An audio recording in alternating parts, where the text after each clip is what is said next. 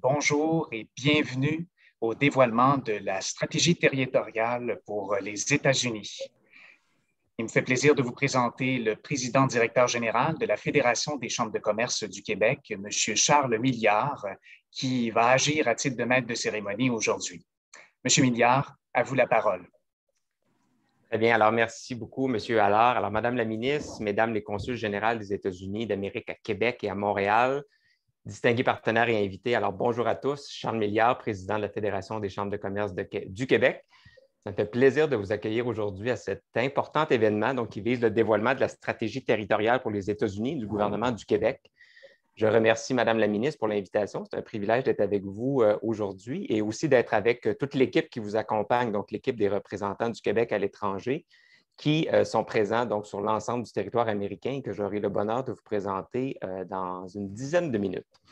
Alors aujourd'hui, on a vraiment sur la ligne tous les gens qui peuvent vous aider pour les centaines d'entrepreneurs qui sont avec nous aujourd'hui à faire arriver les choses, donc à concrétiser vos désirs et vos souhaits sur le territoire américain.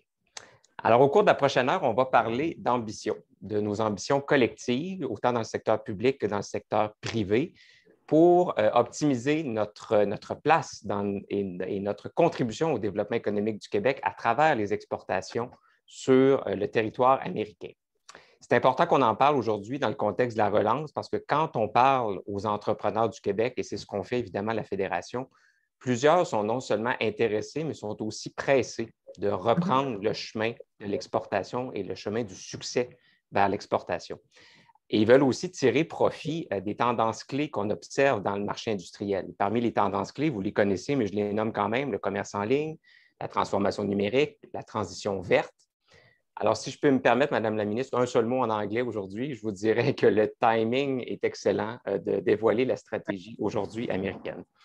Alors, la Fédération des chambres de commerce du Québec est très fière depuis longtemps de s'associer aux activités du ministère des Relations internationales et de la francophonie. Vous connaissez notre réseau, les membres qui le composent, près de 130 chambres de commerce partout au Québec, 1100 membres corporatifs. Alors, on utilise largement les services et l'expertise de notre équipe du Québec à l'étranger, particulièrement à travers le programme Corex, qui, depuis 2015, essaie de faire connaître et de faire provoquer des rencontres entre les entrepreneurs partout au Québec et nos délégués et directeurs à l'étranger. Et il y a beaucoup de préoccupations en ce moment, entre autres sur la frontière. On a organisé notamment récemment un entretien avec la représentante au Congrès, Mme Stéphanique, de la région de Plattsburgh, et l'ancien premier ministre, M. Charest. On a obtenu un nombre record de participation. C'est un peu le témoin de la préoccupation qu'ont les entrepreneurs sur les limites que ça pose. Mais en même temps, avec la stratégie aujourd'hui, on veut regarder vers l'avenir et préparer le long terme. Alors, encore une fois, je vous remercie d'être avec nous aujourd'hui pour qu'on puisse vous faire cette présentation-là. Alors, le concept de l'événement, je vais céder la parole à la ministre dans quelques instants.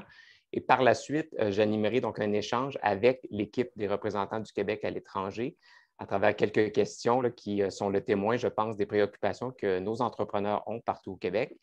Et donc, sans plus tarder, je vous présente notre invitée d'honneur, la ministre des Relations internationales de la francophonie, ministre aussi de l'Immigration, Francisation et Intégration, Madame Nadine Giraud. Madame Giraud. Merci beaucoup, M. Milliard.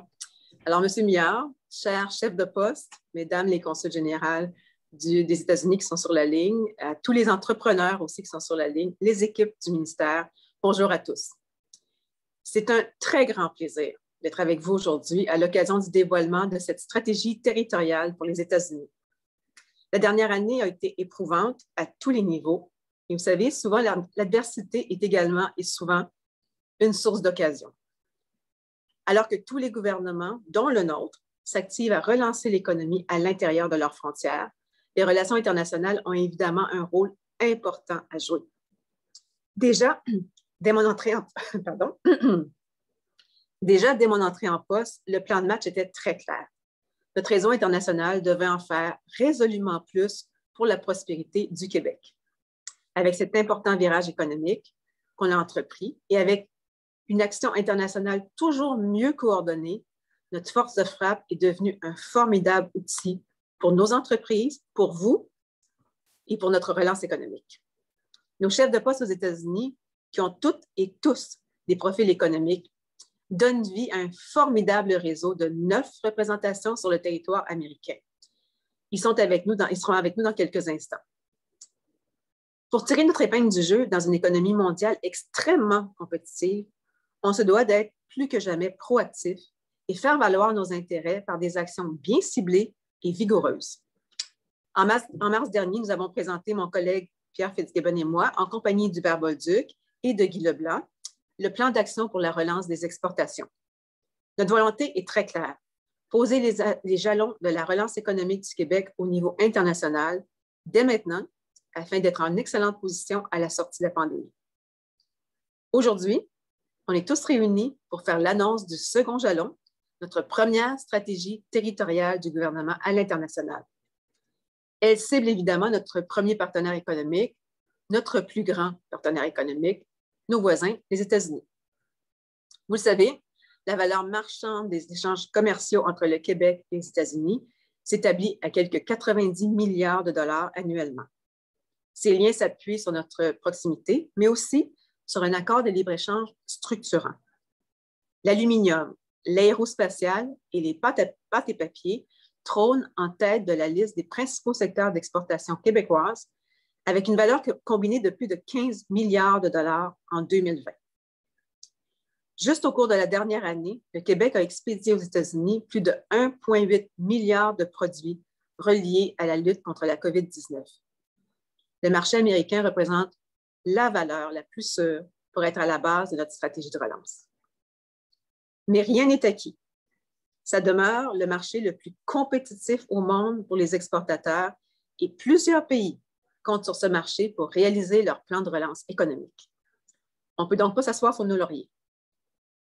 Je vous confirme qu'on ne le fait pas. Alors, qu'est-ce qu'on fait? Tout d'abord, on doit adapter nos méthodes d'action pour le marché américain. L'objectif, ce n'est pas juste de sécuriser nos parts de marché, mais aussi de les augmenter. C'est en développant de nouveaux créneaux, en positionnant nos secteurs de pointe et en les ajustant aux réalités changeantes du pays qu'on va y arriver.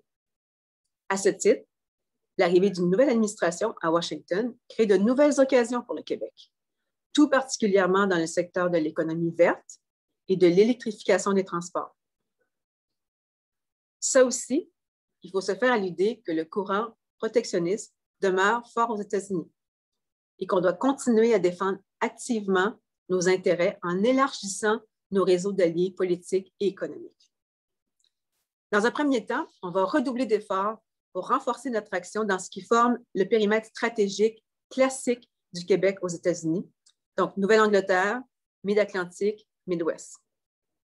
Ces régions accueillent déjà près du 2/3 des exportations québécoises et sont responsables de la plus grande part des investissements américains chez nous. C'est également vers ces régions-là qu'on exporte notre hydroélectricité. L'an dernier seulement, Hydro-Québec a exporté plus de 23 TWh, ce qui est assez d'électricité pour alimenter 1/7 de l'État de New York. On se positionne vraiment comme la batterie du nord-est de l'Amérique. Outre ces territoires d'action incontournables, l'importance économique et démographique du sud et de l'ouest du pays ne sont pas à négliger. À titre indicatif, entre 2015 et 2019, seulement 12 États américains ont connu une croissance du PIB de plus de 3 %. Ces 12 États sont tous situés dans le sud et dans l'ouest du pays et incluent des locomotives économiques comme la Californie, le Texas, la Floride, la Georgie, le Colorado, l'État de Washington, et il y en a d'autres. Ces régions se développent grâce au secteur manufacturier, énergétique et logistique. Mais ce sont aussi des pôles majeurs de l'économie du futur, comme la Silicon Valley, Austin ou le Research Triangle en Caroline du Nord. On y retrouve aussi des pôles financiers, comme San Francisco, Dallas, Atlanta. À l'heure actuelle, le Texas est notre premier partenaire commercial aux États-Unis et le Sud-Est est la région des États-Unis dans laquelle nos exportations connaissent la plus forte croissance. Le Québec dispose donc d'atouts importants à la mesure de ses ambitions pour le marché américain. La force du partenariat s'enracine dans des dossiers stratégiques comme l'énergie, l'environnement, le transport ou la recherche et l'innovation. Ça nous a permis de tisser à travers le temps un très fort réseau d'alliances économiques mais politique aussi. On posera donc une série d'actions structurantes. D'abord, ajout de ressources humaines et financières de 2 millions de dollars de plus que ce qu'on investit déjà dans le réseau américain pour renforcer nos actions de diplomatie d'influence et de diplomatie économique.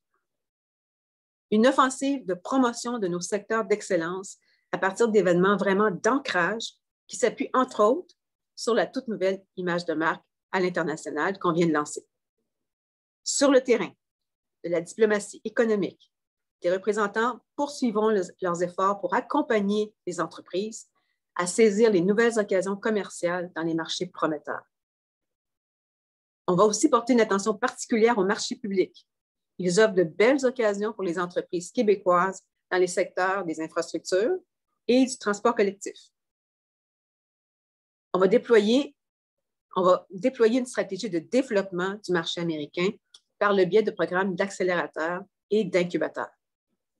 Enfin, par une approche transpacifique, on va aussi capitaliser sur la présence de grands groupes asiatiques dans la Silicon Valley pour attirer des investissements ici au Québec.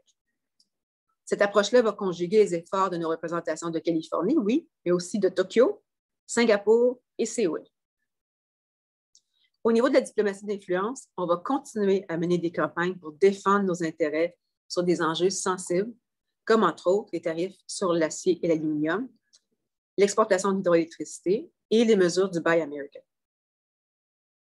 La diplomatie d'influence a vraiment fait ses preuves. L'an dernier, si vous vous souvenez, dans le dossier du tarif de l'aluminium, le MRIF et les postes du réseau ont réalisé plus de 185 rencontres auprès de dirigeants économiques et politiques américains. 185. Ces actions ont permis de mobiliser nos alliés américains et ont contribué à l'abrogation de ces tarifs qui frappaient un secteur névralgique pour notre économie. En plus, considérant les nouvelles priorités évoquées par le président Biden et réitérées d'ailleurs lors du sommet sur le climat, on va poursuivre nos efforts sur le plan de la diplomatie climatique. Il s'agit de nouvelles occasions d'affaires pour nos entreprises et nos partenariats stratégiques avec des instituts de recherche, des universités, d'autres alliés d'influence. Le Québec se positionne comme un partenaire de la décarbonisation. De façon continue, on va aussi élargir ce réseau d'alliés sur le terrain et travailler à conclure des ententes collaboratives avec les États et institutions au sud de la frontière. Comme vous pouvez le constater, ce ne sont pas les projets qui manquent et nous sommes en action. Je vais conclure en insistant sur le fait que le Québec et ses entreprises vont continuer à faire face au cours des prochains mois à un environnement international qui est incertain. En unissant nos efforts, en mobilisant les meilleures ressources, on va parvenir à relancer notre économie au plus grand bénéfice de nos entreprises et de tout le Québec. Sur ce, je vous laisse avec une courte vidéo spécialement préparée pour cette première stratégie territoriale. Merci.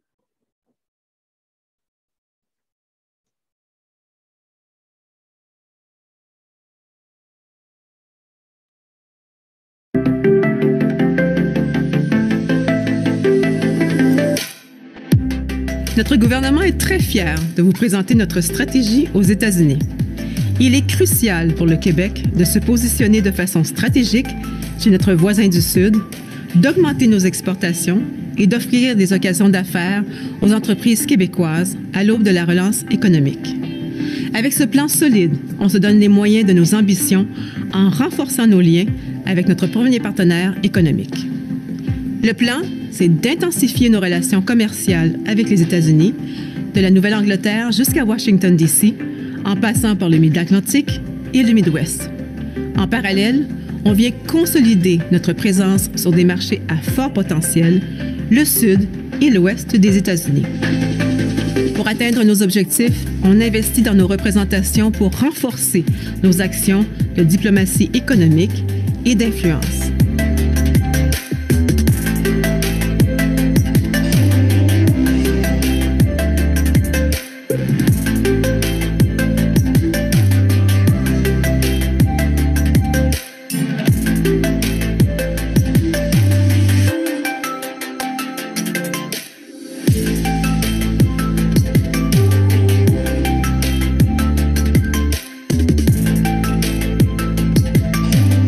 sur la relance pour un Québec qui rayonne et qui prospère. Construisons et innovons ensemble.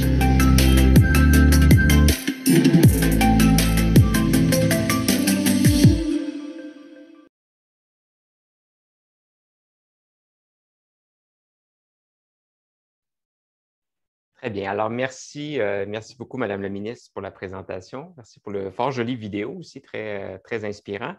Alors, je vais vous présenter dès maintenant pour la deuxième partie de notre échange l'équipe, justement, du ministère qui fera en sorte de concrétiser cette stratégie aux États-Unis. Alors, je vais les inviter à ouvrir leur caméra pour que je puisse les reconnaître verbalement et visuellement. Alors, premièrement, Mme Catherine Loubier, déléguée générale à la Délégation générale du Québec à New York. Monsieur Jean-François Houd, directeur du Bureau du Québec à Washington, D.C. Mme Martine Hébert, qui est déléguée à la Délégation du Québec à Chicago. Mme Marie-Claude Franqueur, déléguée à Boston. Ensuite, Monsieur David B. Weiner, délégué à la Délégation du Québec à Atlanta. Et finalement, et non le moindre, M. Philippe Huneau, délégué donc à Los Angeles et directeur aussi par intérim du Bureau du Québec à Houston. Alors, nous faisons salle comble. Je crois que toute l'équipe est vraiment présente aujourd'hui avec la ministre. Donc, j'aurai l'occasion d'échanger avec vous pour aller plus en profondeur là, sur certains éléments de la stratégie. Mais comme on ne voulait pas faire les choses comme à l'habitude aujourd'hui, je vais laisser la ministre poser la première question. Mon Dieu, c'est le monde à l'envers, mais je vous laisse la parole, Madame la ministre. Votre micro est fermé, par contre. J'avais écouté les consignes, j'avais fermé mon micro. Alors, j'ai évoqué tantôt l'importance de prendre en compte les mutations en cours aux États-Unis, notamment sur le plan politique, pour asseoir notre diplomatie d'influence. Catherine et Jean-François, je vais commencer avec vous deux. Vous avez vécu en direct les élections présidentielles de novembre et vous suivez de très, très près les priorités de la nouvelle administration. Qu'est-ce que ces changements signifient pour le Québec et les entreprises qui nous écoutent? Bien, d'abord, merci et félicitations, Madame la ministre, pour l'annonce d'aujourd'hui. On en est bien contents. Alors, c'est évident que pour nous, l'administration Biden, c'est formidable parce que nous sommes la province bleue, donc pour les exportations et l'attraction d'investissements, les fonds justement, qui vont aller dans la décarbonisation du Nord-Est, mais aussi des États-Unis au complet. Le 2 trillions de dollars américains qui sera consacré aux investissements en infrastructure, ce sont des opportunités pour nous vraiment importantes. Mais il y a aussi cette feuille de route-là d'un partenariat renouvelé qui a été annoncé lors de la première rencontre de travail du président Biden avec le premier ministre Trudeau. Cette feuille de route-là, elle part de priorités vertes et ça va permettre à plusieurs entreprises de continuer à exporter ou de prendre leur envol. Et ça a été élaboré avec un groupe plus large de ministres, de secrétaires et de conseillers d'un bord et de l'autre de la frontière. Et ils doivent revenir avec des résultats concrets. Donc, dans cette feuille de route-là, il y a par exemple un plan d'action renouvelé sur les minéraux stratégiques pour pouvoir livrer la batterie pour les véhicules électriques de demain. Les véhicules à zéro émission eux-mêmes et du stockage d'énergie renouvelable.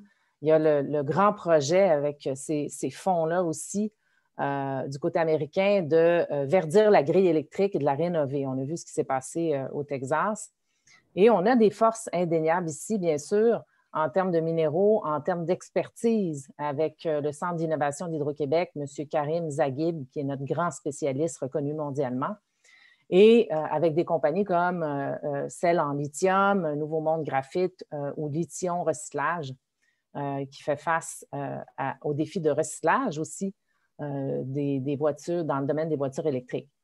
Et finalement, dans cette feuille de route-là, il y a aussi un appui à ce qu'ils ont appelé là, les infrastructures de transmission transfrontalière d'électricité propre. Mais ça, c'est majeur parce que ça fait en sorte que nos deux projets, celui du côté du Maine et du Massachusetts, d'avoir une infrastructure additionnelle de transmission, de transport d'hydroélectricité propre, et du côté de New York, pour lequel Hydro-Québec a déposé hier, dans un geste historique, un appel d'offres, a répondu à l'appel de proposition à New York hier, eh bien, ça en fait une priorité binationale qui est soutenue et par le président et par le premier ministre Trudeau. Donc, ensemble, on veut réussir ces nouvelles interconnexions d'électricité à la frontière. Il y a aussi dans le plan 30 000 mégawatts d'éoliennes en mer qui sont prévus. Donc, nos entreprises comme Marmen, qui est quand même le plus grand fabricant de tours d'éoliennes en Amérique du Nord, gagnent ces jours-ci des contrats, mais aussi d'autres firmes. On en a 10-15, là, entre autres, avec qui on travaille plus particulièrement, incluant Technostrobe, qui s'occupe du balisage lumineux sur les tours d'éoliennes. Boralex, toutes ces entreprises-là vont pouvoir prendre avantage des contrats qui s'en viennent, de la chaîne d'approvisionnement pour bâtir ces grands contrats d'éoliennes. Mais bien sûr, on parle aussi de Buy America. Donc, le président l'a répété plusieurs fois. Je pense qu'on est tous et toutes en train de garder un ton très positif avec l'administration américaine, mais il faut reconnaître aussi les menaces protectionnistes. Et sur ça, je passerai la parole à mon collègue, le directeur du bureau de Washington, Jean-François Hoult. Merci, Catherine. Vous avez raison, Madame la ministre, de dire que le contexte politique aux États-Unis, aussi la frontière, est toujours en mouvance. C'est assez vertigineux quand on s'attarde un peu à tout ce qui s'est passé au cours de la dernière année au sud de notre frontière, puis avec humilité, ce qui a été fait par vos équipes sur le terrain. Alors, je voudrais, où on était il y a quelques mois, puis où on est maintenant, le Bureau du Québec à Washington, puis l'ensemble des représentations étaient très actifs là, pendant les derniers mois, pendant la transition aussi, pour la fin de la dernière administration, pour défendre nos intérêts. Il y avait à peu près 40 mesures protectionnistes qui étaient sur notre radar là, à la fin de la dernière administration qui pouvaient impacter nos exportations, notre accès au marché d'une manière ou d'une autre. Les dossiers les plus connus, bien sûr, c'est celui de l'aluminium dont parlait Catherine. Il y a malheureusement celui du bois d'œuvre qui est toujours en cours. Il y avait une série d'ordres exécutifs qui étaient sur place. Donc, il faut demeurer vigilant, je pense. Et puis, on s'est quand même bien positionné présentement. On a tissé avec ça une multitude de relations avec une multitude de partenaires ici à Washington. Le discours protectionniste à Washington, il demeure sous la nouvelle administration. En fait, la tendance protectionniste, c'est plus une lame de fond qu'une nouvelle tendance dans l'histoire commerciale avec les États-Unis. En fait, à Washington, plusieurs personnes présentement en disant que la seule chose non partisane, c'est le Buy America. Donc, on va devoir composer avec ça, mais plusieurs planètes s'enlignent présentement en faveur des priorités économiques et commerciales du Québec présentement. Moi, je suis très, très optimiste. Grâce aux accords de libre-échange, le commerce entre le Québec et les États-Unis a plus de 225 depuis 88. On dit que pour 1 de croissance du PIB aux États-Unis, 0,5 de croissance au Canada. Donc, il y a vraiment plusieurs opportunités qui vont se déployer pour nous de façon générale. Le 2 000 milliards, le 2 trillions dont parlait Catherine, c'est 621 milliards pour des infrastructures de transport, 325 milliards pour le climat et l'énergie, 100 milliards de dollars pour le réseau électrique. Donc, et ça continue. Donc, il y a définitivement des opportunités de croissance. Puis la stratégie aujourd'hui qui est lancée, ça va permettre encore de mieux se positionner. Super, merci beaucoup. Alors, Charles, je vous retourne le micro. Excellent, merci. Alors, merci à vous deux pour vos interventions. De voir les images derrière vous, ça nous donne le goût de retourner vous visiter. Je voyais que les théâtres de New York, entre autres, allaient rouvrir le 15 septembre, hein, Mme Loubier, si j'ai bien compris. Oui, effectivement, on recommence à... Oui, ça repart aux États-Unis, c'est certain. Alors, c'est de bon augure. Même Céline s'est mêlée de la chose hier avec une annonce à Las Vegas. Ceci étant dit, je vais me retourner vers mes collègues, nos collègues, en fait, de Boston et de Chicago, donc Mme Hébert et Mme Franqueur. Quand on regarde la stratégie, quand on lit la stratégie, en fait, on voit qu'il y a une volonté de concentrer les forces, mais aussi d'y aller sur une approche sectorielle, donc davantage par secteur d'activité. Alors, qu'est-ce que ça va vouloir dire concrètement dans votre travail, là, à la fois à Chicago et à Boston? Bien, je vous dirais, M. Milliard, qu'on a profité de la pandémie, en fait, pour poursuivre effectivement le renforcement des actions de nature sectorielle dans les délégations. On a fait ça de plusieurs manières. Je vous donne quelques exemples comme ça en rafale, là, mais notamment, on a créé en fait des comités sectoriels qui regroupent nos attachés à la grandeur du territoire nord-américain. Nos collègues du MRIF siègent sur ces comités-là aussi, et évidemment ceux d'Investissement Québec international. Ça nous permet de renforcer l'intelligence d'affaires sur les marchés qu'on a en développement aux États-Unis. Ça nous permet aussi d'élaborer des stratégies d'approche plus systémiques, je dirais, pour les entreprises. Ça nous permet de partager nos bons coups, évidemment, puis les opportunités d'affaires potentielles. Et ça permet aussi aux entreprises québécoises de se faire connaître de l'ensemble du réseau nord-américain au lieu d'aller cogner à chacune des portes des délégations de façon individuelle. Donc, ça nous permet de leur proposer une offre de service, si vous voulez, beaucoup plus globale que si la démarche était faite de façon individuelle, là, dans les cas où ça peut s'appliquer. On a aussi, évidemment, il y a aussi eu une série là, de blitz sectoriels qui ont été menés autour d'événements phares. Je pense à ma collègue Catherine Louguier, je pense à l'événement, là, le Climate Week à New York, par exemple, où on a profité d'événements phares comme ça pour, si vous voulez, là, mousser l'expertise québécoise dans différents secteurs et à la grandeur du territoire des États-Unis. Et enfin, je vous dirais, Charles, que le troisième aspect, c'est évidemment, on a poursuivi la signature d'ententes dans des secteurs qui sont stratégiques pour le Québec. Je vous donne 2 exemples là, rapides. On a procédé dernièrement, au cours des dernières semaines, à la signature d'ententes dans le domaine des sciences de la vie. On sait que c'est un secteur qui est quand même très important pour le Québec. Donc, avec des clusters ou des grappes industrielles très importantes comme des organisations comme Medical Alley, par exemple, à Minneapolis, qui regroupe tous les gros joueurs américains là, dans le domaine des sciences de la vie. Et ça va permettre de faciliter l'accès au marché auprès de ces gros joueurs-là de la part des entreprises québécoises. Ça, c'est un petit aperçu là, de comment on a intégré notre action sectorielle, mais je vais laisser ma collègue, peut-être Marie-Claude, compléter là, en vous parlant peut-être des synergies entre les différents secteurs aussi. Merci beaucoup, Martine. Donc, en ce qui nous concerne en Nouvelle-Angleterre, je vous dirais, quand on parle de synergie, c'est vraiment nos dossiers forts. On parle de l'énergie avec l'électrification des transports, les sciences de la vie, l'aérospatiale.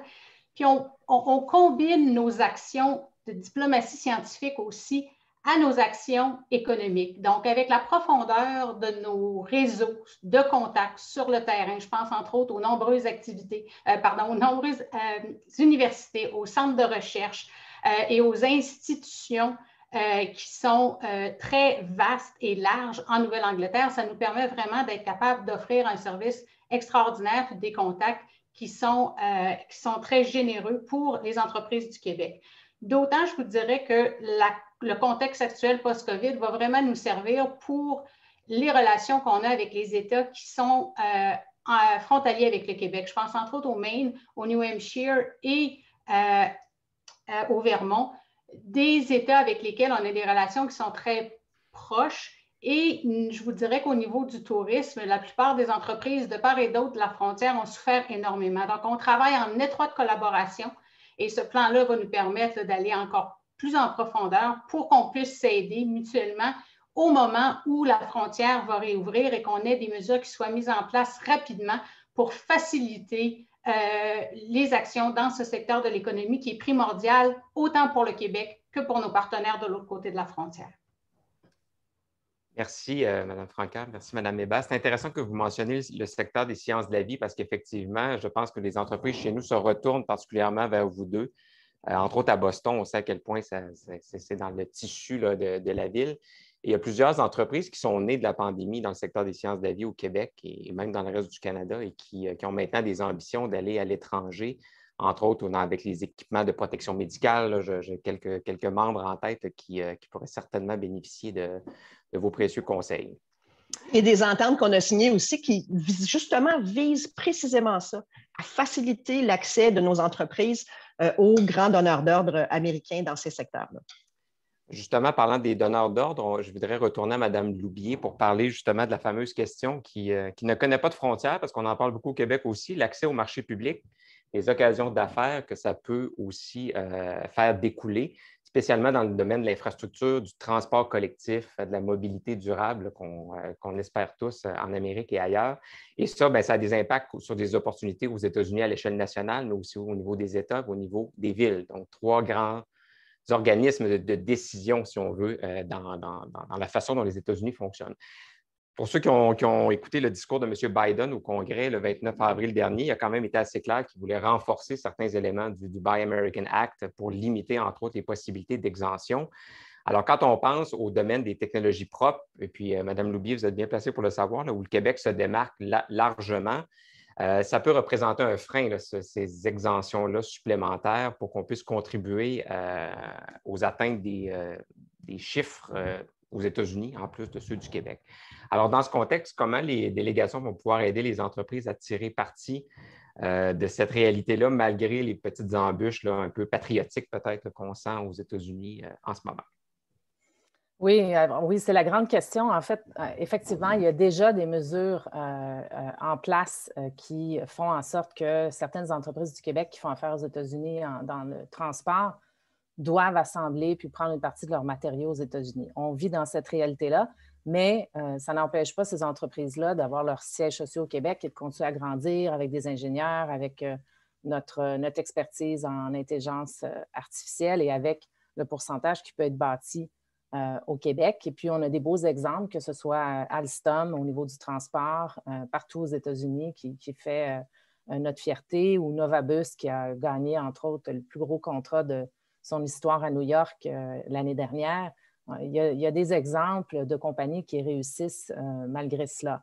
Maintenant, ce n'est pas une surprise, effectivement, qu'une nouvelle administration souffle un vent plus protectionniste. On l'a vu avant, on s'en doutait.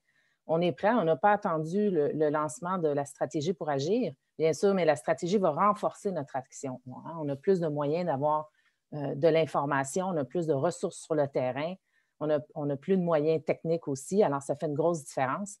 Je pense qu'on doit demeurer positif dans le ton. J'ai parlé de la feuille de route Canada-États-Unis tout à l'heure.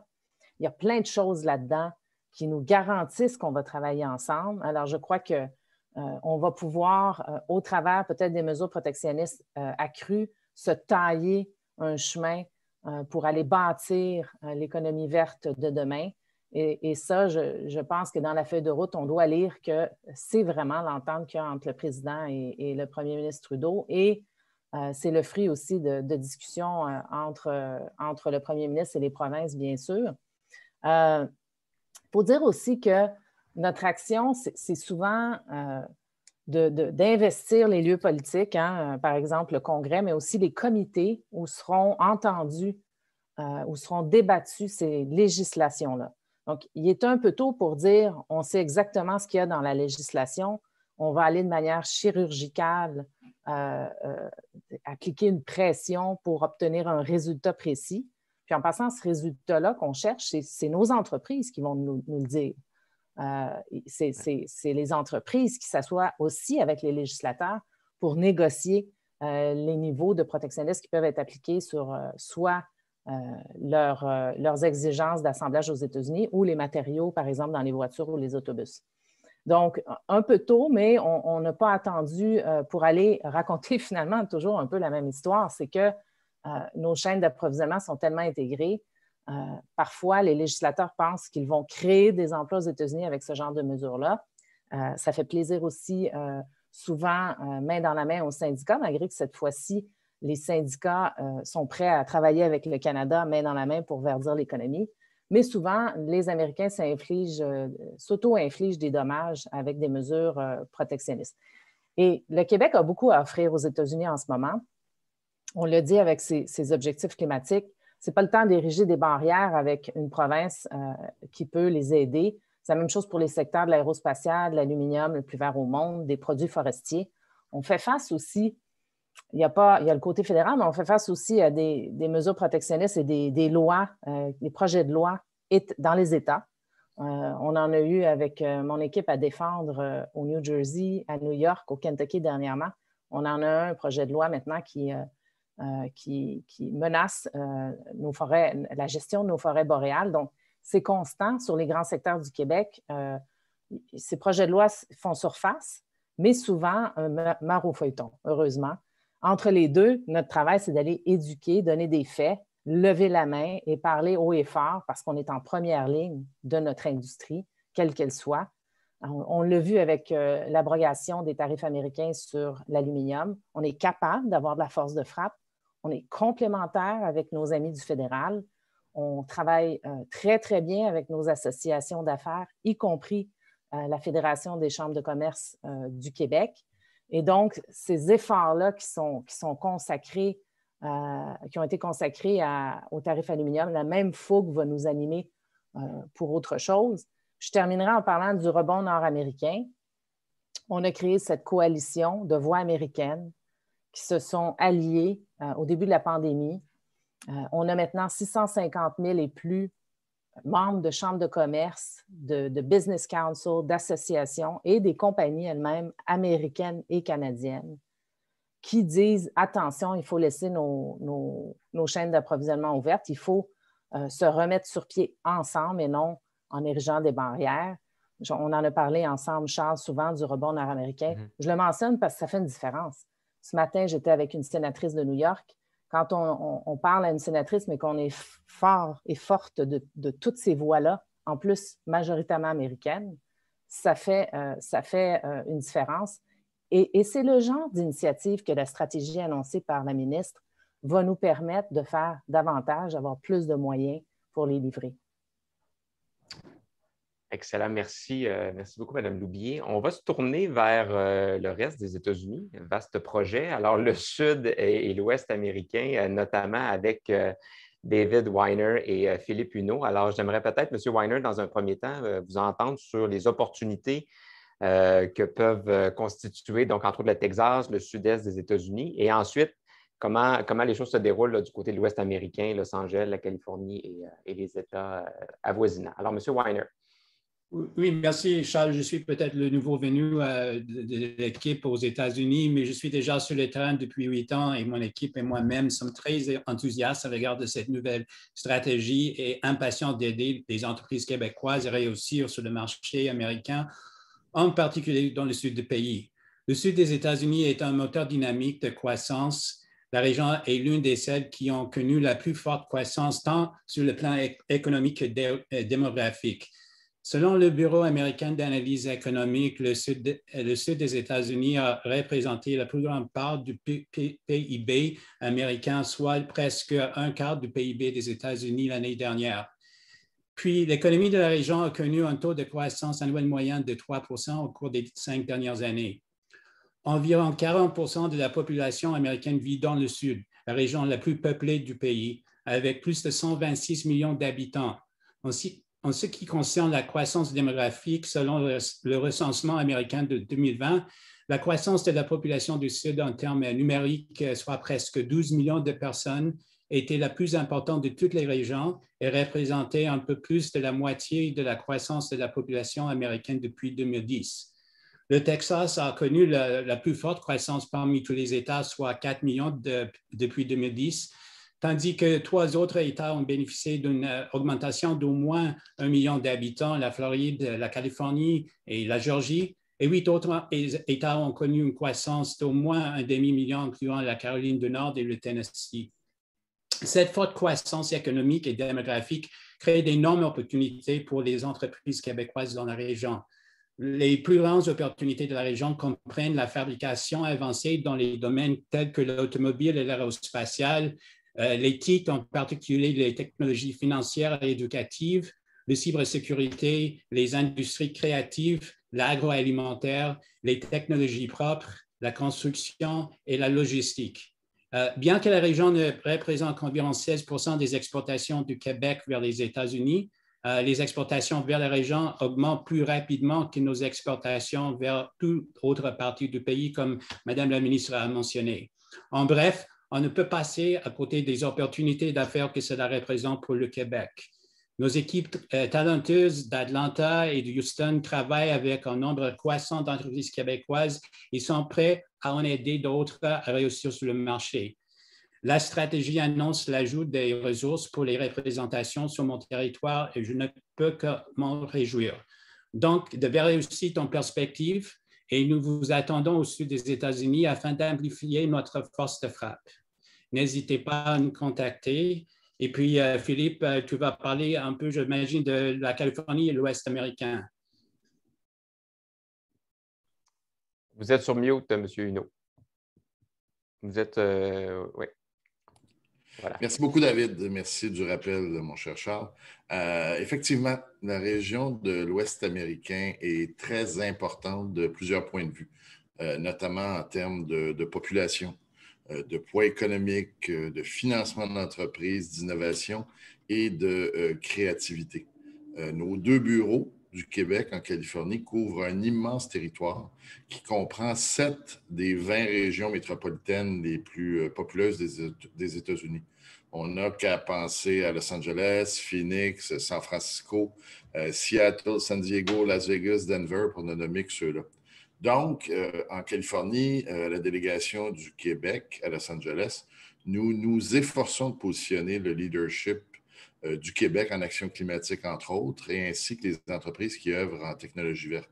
C'est un dossier qui est très porteur, vous le comprendrez, dans la région, étant donné la collaboration que nous avons établie avec l'État de la Californie, que ce soit au sein du marché du carbone ou de la norme à véhicules à zéro émission notamment, mais également en raison du poids de la Californie à Washington avec les nouvelles orientations vertes de l'administration Biden. Mais en Californie, toujours, on a un deuxième bureau. Et ça, souvent, c'est méconnu. On a une antenne à Silicon Valley, qui a d'ailleurs revu sa mission afin d'offrir une visibilité et de positionner de façon beaucoup plus efficace les entreprises québécoises dans la baie de San Francisco. Cette région, comme vous le savez, est le premier écosystème du monde en innovation. Elle se trouve au premier rang pour la commercialisation des innovations. C'est aussi le premier pôle mondial en intelligence artificielle, en électrification des transports, en sciences de la vie et en automatisation. Et comme nous l'avons vu précédemment dans la présentation, ou comme ça a été mentionné au niveau de la présentation de la ministre, 5 des 10 plus grandes sociétés américaines sont basées à San Francisco. Si on ajoute Seattle à ça, on parle de 7 des 10 plus grandes entreprises américaines. Donc, cette nouvelle mission de l'antenne à Silicon Valley repose donc sur 4 piliers stratégiques. Premièrement, développer des marchés en appui à l'exportation. Développer des alliances aussi d'innovation qui permettent de valider les technologies, la valorisation de la recherche et l'incubation d'entreprises québécoises, la diplomatie technologique aussi, qui est un nouvel angle que l'on prend justement à cause de la réalité de ce que l'on vit à Silicon Valley, qui prend de plus en plus d'importance parce qu'il y a d'ailleurs 75 pays et régions qui ont pignon sur rue à San Francisco et une nouvelle approche transpacifique. Selon nous, c'est une région évidemment cruciale pour les partenariats et les relations qui vont assurément assurer le développement d'une économie québécoise innovante, connectée, à haute valeur ajoutée et mettre en place des vecteurs de prospérité. Les récentes annonces de Sunder et Abdirect pour la création de sièges de croissance à Montréal témoignent de cette vitalité-là. Mais nous observons également qu'à l'extérieur de la Californie, c'est important dans la nouvelle stratégie que la ministre vous a présentée. Il y a plusieurs États qui demeurent relativement inexploités d'un point de vue de développement des affaires pour les entreprises québécoises. Et pour nous, pour qu'un marché soit porteur, il doit correspondre à certains critères. Une taille intéressante, évidemment. Une région en croissance et un dynamisme économique, un arrimage avec nos secteurs d'excellence, la présence de grands donneurs d'ordre, je pense à Seattle avec Microsoft, Boeing, Amazon, et des occasions d'affaires spécifiques et des opportunités découlant de nos relations politiques ou d'affaires. Et les deux régions que nous entrevoyons à plus fort potentiel, autre que la Californie, sont le Nord-Ouest Pacifique, les États de Washington et l'Oregon, donc un petit peu l'épicentre de Seattle, et ce que l'on appelle le Mountain West, qui a beaucoup de ressemblances avec le Québec, avec les États du Colorado, du Utah, du Nouveau-Mexique et de l'Arizona. Donc, nos équipes de la délégation s'affairent donc déjà à identifier les secteurs économiques pour les plus porteurs, pour bâtir des réseaux, intensifier notre présence afin d'offrir des marchés d'exportation additionnels aux entreprises du Québec.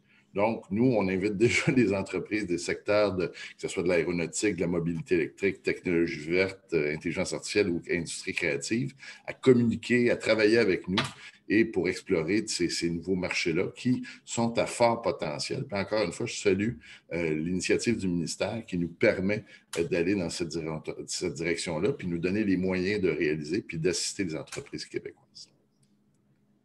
Merci beaucoup, M. Huneau. Je vais rester avec vous puisqu'on est sur la côte ouest. Peut-être parler...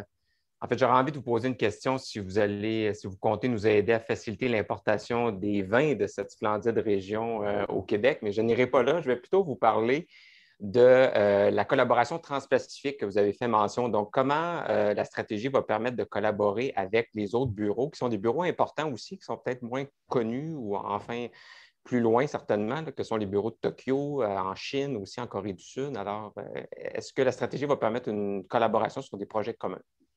Monsieur Milliard, je vous remercie beaucoup d'amener ce point-là parce qu'effectivement, comme je l'ai mentionné au niveau de la nouvelle mission, mais il y a un élément qui va capitaliser et c'est un rôle incontournable joué par cette région de l'innovation mondiale. Puis d'ailleurs, ça regroupe, c'est très large. C'est pas juste San Francisco, c'est San Jose et évidemment San Francisco et Palo Alto. C'est que ce qu'on retrouve à San Francisco, c'est une présence de grands groupes asiatiques. Et ça, cette nouvelle stratégie-là, comme vous l'avez dit, on l'appelle la stratégie transpacifique. Mais c'est quoi la stratégie transpacifique?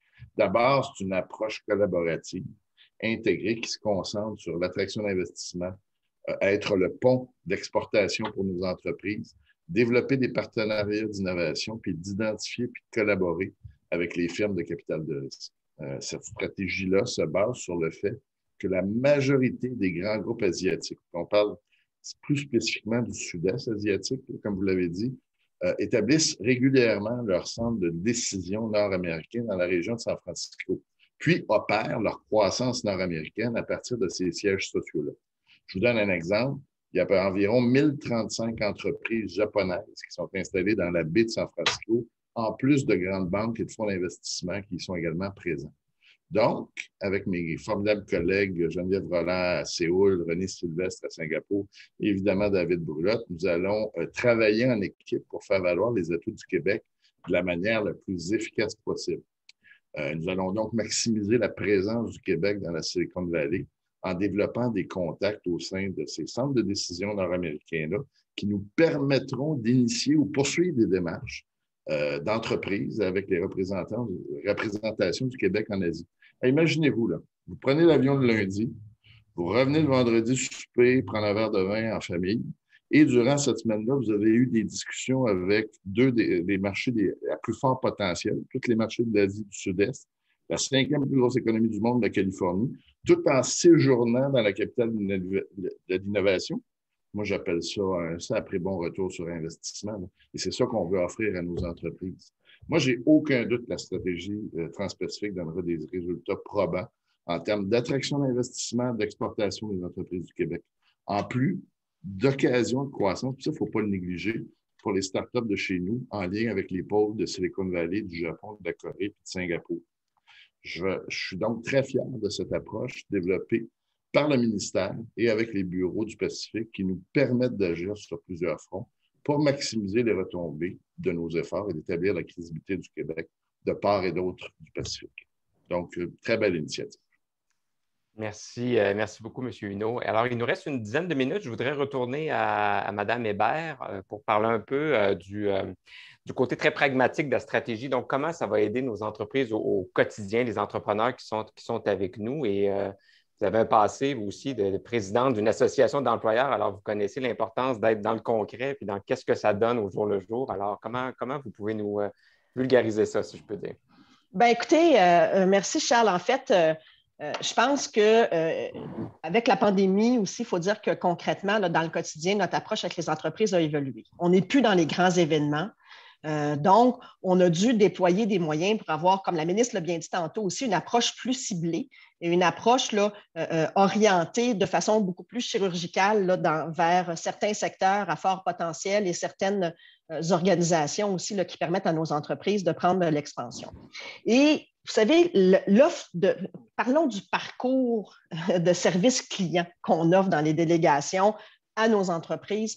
On l'a vu, là, bon, on a parlé tantôt de vigie sur les marchés publics, de tout ce qui se passe. Bien sûr, la stratégie va nous permettre de renforcer nos capacités, d'avoir un meilleur portrait de toutes les opportunités qui s'ouvrent à plusieurs égards là, dans les secteurs stratégiques pour nos entreprises. Elle va nous permettre aussi de renforcer encore davantage nos actions de diplomatie économique et d'influence. Ça, c'est un gros élément qui est très important et méconnu du parcours de service client, je vous dirais, pour les entreprises, mais qui est très important. Parce que lorsqu'on rencontre, par exemple, des gouverneurs, des bureaux de gouverneurs, lorsqu'on rencontre des élus municipaux et qu'on discute avec eux de leurs projets, par exemple, d'électrification des transports ou de leurs projets de conversion de leur production énergétique en énergie renouvelable, et qu'on leur fait valoir l'expertise québécoise, qu'on leur donne des exemples d'États, de villes qui ont fait affaire avec des entreprises québécoises qui sont des cas à succès. C'est là où on est en train là, de semer les graines qui sont essentielles pour la suite du parcours de nos entreprises. Et ça, c'est important parce que ça permet de jeter les bases, je vous dirais, d'une relation de confiance à l'égard de nos entreprises. Les gens voient que les entreprises du Québec sont supportées par le gouvernement et ça joue beaucoup dans la... Ça facilite, si vous voulez, après ça, le passage de nos entreprises, là, particulièrement dans l'octroi de contrats d'importance. Je vous dirais que travailler aussi en amont comme ça, c'est un facteur qui nous avantage beaucoup.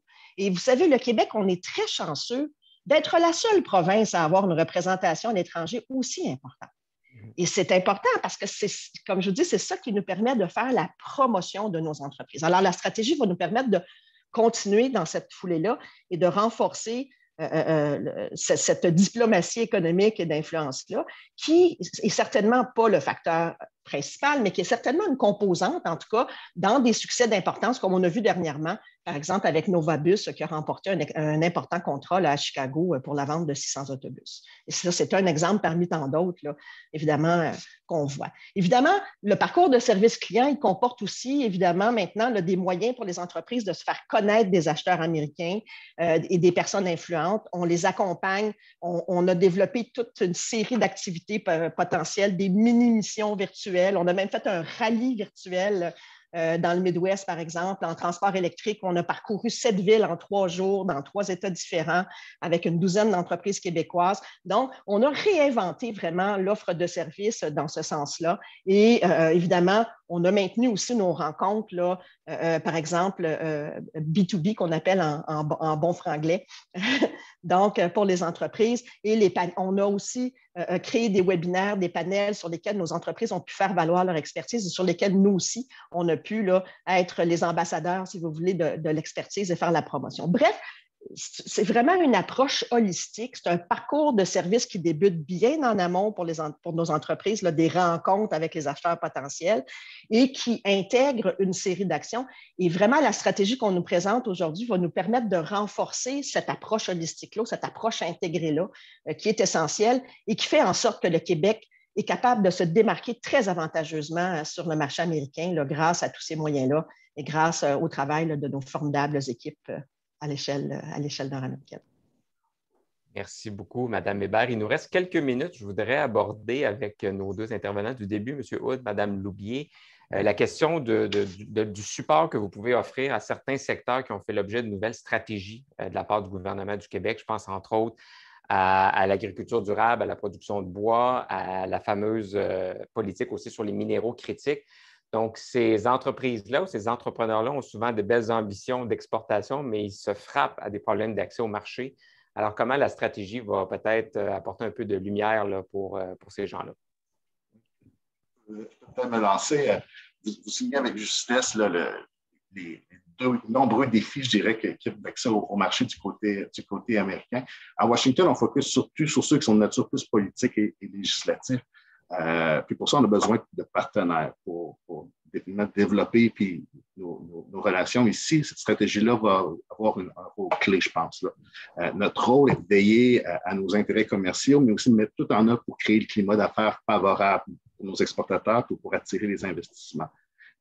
Notre stratégie mise sur un renforcement de nos actions sur 2 sphères. De façon générale, Martine en parlait il y a quelques instants, de la question de la diplomatie d'influence et puis la question de la diplomatie aussi économique. Donc, au niveau de la diplomatie économique, nos équipes vont bénéficier définitivement d'ajouts de ressources. On va pouvoir continuer à travailler de concert avec Investissement Québec International, avec les autres ministères interpellés. Je pense entre autres au MAPAC, qui est très important pour plusieurs représentations aux États-Unis. Depuis le virage économique qui a été donné dans le réseau, avec l'opportunité, je pense qui a représenté la renégociation de l'ALENA, aussi ce que représente maintenant le nouvel accord économique avec les tensions commerciales qu'on a vécues dans le passé. On a tissé à Washington un bon réseau d'influenceurs dans les associations commerciales, d'industrie. Puis la stratégie va permettre d'aller encore plus loin présentement. Donc, on veut travailler davantage en amont des problématiques. En ce sens, dernièrement, moi, j'ai eu le privilège de positionner 2 pierres là, dans certains départements, le département de l'énergie pour le département de la défense, avec des mémoires pour positionner nos minéraux critiques et stratégiques, le potentiel que le Québec a pour les États-Unis. Puis la même chose dans le dossier de la batterie, puis positionner la stratégie batterie. Ça a été fait de concert avec les ministères, avec Investissement Québec, avec le ministère des Ressources naturelles, pour positionner nos industries de façon plus globale. Dans un autre dossier, avec l'Association d'industrie électrique du Québec, dernièrement, on a tenu un mini-sommet avec la National Electric Manufacturing Association pour voir comment, en amont des enjeux commerciaux, les 2 associations pouvaient travailler davantage ensemble.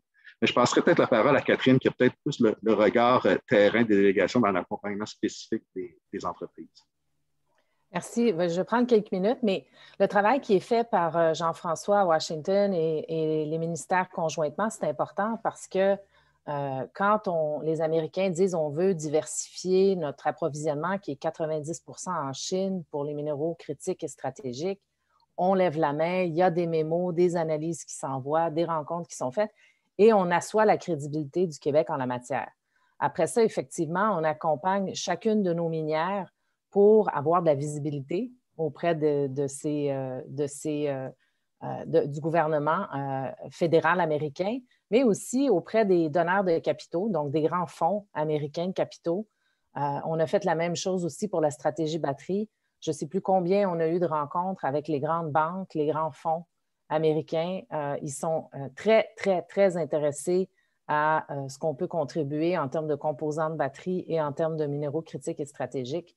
Donc, visibilité, mais aussi accès aux capitaux, ouverture de porte à des acheteurs potentiels, des grands acheteurs qui sont, d'une certaine manière, on leur demande au niveau du gouvernement fédéral américain de regarder à s'approvisionner ailleurs. Donc, c'est une recette très, très efficace et gagnante. Puis, avec plus de ressources à la bonne place, plus d'informations stratégiques, plus de moyens avec la stratégie que la ministre a annoncée aujourd'hui, c'est sûr qu'on va avoir une plus grande force de frappe parce qu'on ne peut pas vouloir acheter ce qu'on ne sait pas qui existe. Notre job, c'est vraiment de mettre à l'avant ce qu'on a de mieux à offrir au Québec. Puis, c'est très complémentaire avec la refonte d'Investissement Québec qui vise à mieux outiller nos entreprises, à les financer pour leur croissance, puis à s'assurer qu'elles ont une capacité industrielle accrue pour exporter une première fois ou exporter beaucoup plus quand elles sont moyennes ou grandes. On sert toutes les grandeurs d'entreprise. Hein? Ça dépend des besoins qu'elles ont. Mais ça, c'est super important. Le ministre Fitzgibbon a répété souvent, il y a seulement 11% de nos PME qui exportent. On veut que ce soit davantage. Et nos équipes sont prêtes à ouvrir des portes sur le territoire, à faire des relations, comme le disait Martine, avec des autorités avec qui on va dérouler un tapis rouge pour nos entreprises et à positionner à Washington, dans les grandes stratégies du fédéral, nos secteurs forts. Je terminerai en disant que la nouvelle image de marque du Québec à l'international nous aide beaucoup. Parce que d'être bien organisé puis d'avoir un message unifié qui vraiment traduit le visage du Québec et qu'on est prêt à faire des affaires et en plus qu'on le fait avec de l'énergie verte ou pour attirer les investissements, c'est la même chose, c'est très important. Merci, Mme Loubier. Alors, c'est tout le temps qu'on a. Je veux vous remercier, vous 6. Ça a été un plaisir d'échanger avec vous au cours des dernières minutes. Je vous remercie aussi de contribuer au succès de nos entreprises et à réaliser les ambitions de nos entrepreneurs au Québec. Et avant de céder la parole à la ministre pour le mot de clôture, je veux aussi la remercier pour l'invitation. Je souhaite bon succès aussi à la stratégie. Et à tous les entrepreneurs, vous êtes plusieurs centaines sur la ligne. Je vous invite à prendre contact avec nos équipes à l'étranger. Ils sont très disponibles, répondent très vite et je suis convaincu qu'ils sont en mode action et que vous pourrez en tirer des bénéfices. Alors, Madame la ministre, je vous cède la parole pour le mot de la fin. Merci beaucoup, M. Millard. Mais écoutez, vous avez entendu tant Catherine que Jean-François qui nous parlaient des partenariats, des priorités vertes, des marchés publics, des opportunités qu'on cible aussi à Washington. Marie-Claude et Martine, c'est les comités sectoriels, l'intelligence d'affaires, comment on allie la diplomatie économique à la diplomatie scientifique. David, Philippe, évidemment, dans le sud et l'ouest, le potentiel qu'on a là, tout le travail qui se fait au niveau des technologies technologies vertes, de l'innovation, de l'intelligence artificielle, de l'approche transpacifique qu'on met en place. Donc, j'aimerais remercier d'abord Charles d'avoir fait le travail avec nous, mais aussi remercier et féliciter les chefs de poste parce que vous faites un travail absolument extraordinaire. Puis remercier aussi toute l'équipe du ministère qui est en arrière, qui supporte tout ça, et les partenaires avec lesquels on travaille, tant Investissement Québec que le MEI.